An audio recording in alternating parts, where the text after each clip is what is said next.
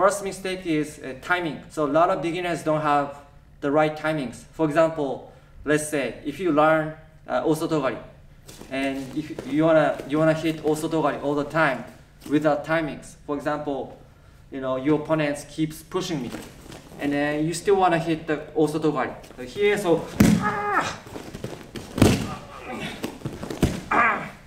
I see this a lot in randori.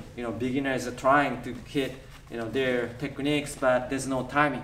So basically in judo, so you have to find the right timings. Otherwise, your techniques wouldn't work.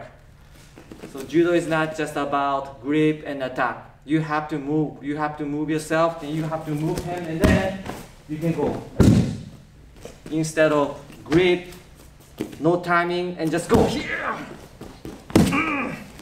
Also thought it wouldn't work. Again, so you have to find the right timings for each technique. So another example, ippon senage. You learn ippon senage, and you want to hit ippon senage, but again, so your opponent keeps pushing, then it's gonna be hard to get into ippon senage position.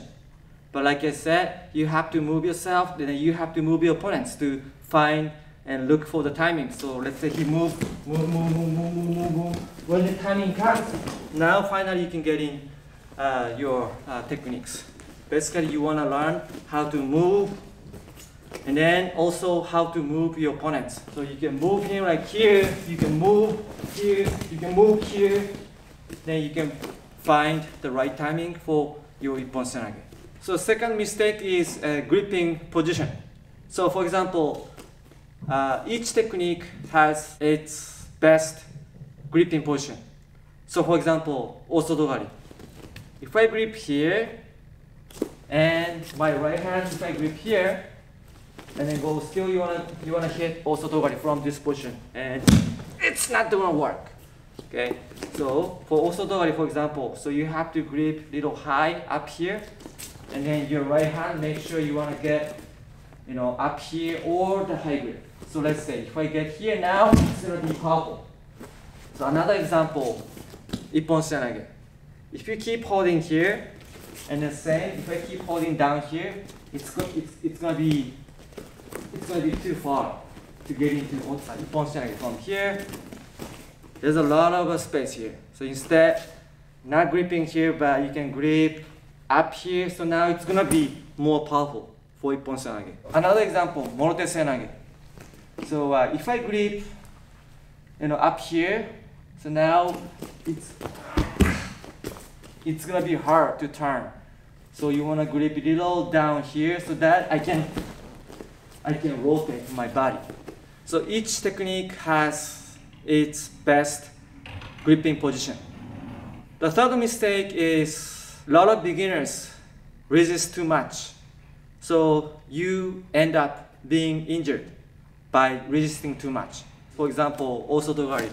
So your opponents get in osotogari position. Then, he resists too much. He resists too much. And eventually your knee gets injured. It happens a lot. Instead of resisting too much, just take a fall. So if you get injured, basically you have to get out of judo practice for a few weeks or a few months. I would recommend you can take a fall so that you don't have to get injured. So you can come back to practice the next day. Then you can keep working on your techniques. Okay, so another example. If your opponent goes like coach makikomi, let's say. So here, I go here, then go here, like this. And then if he resists too much, he might get injured on his knee. So again, instead of just resisting too much, just take a fall. So you can come back to practice the next day. That's my suggestion. So the first mistake is timing.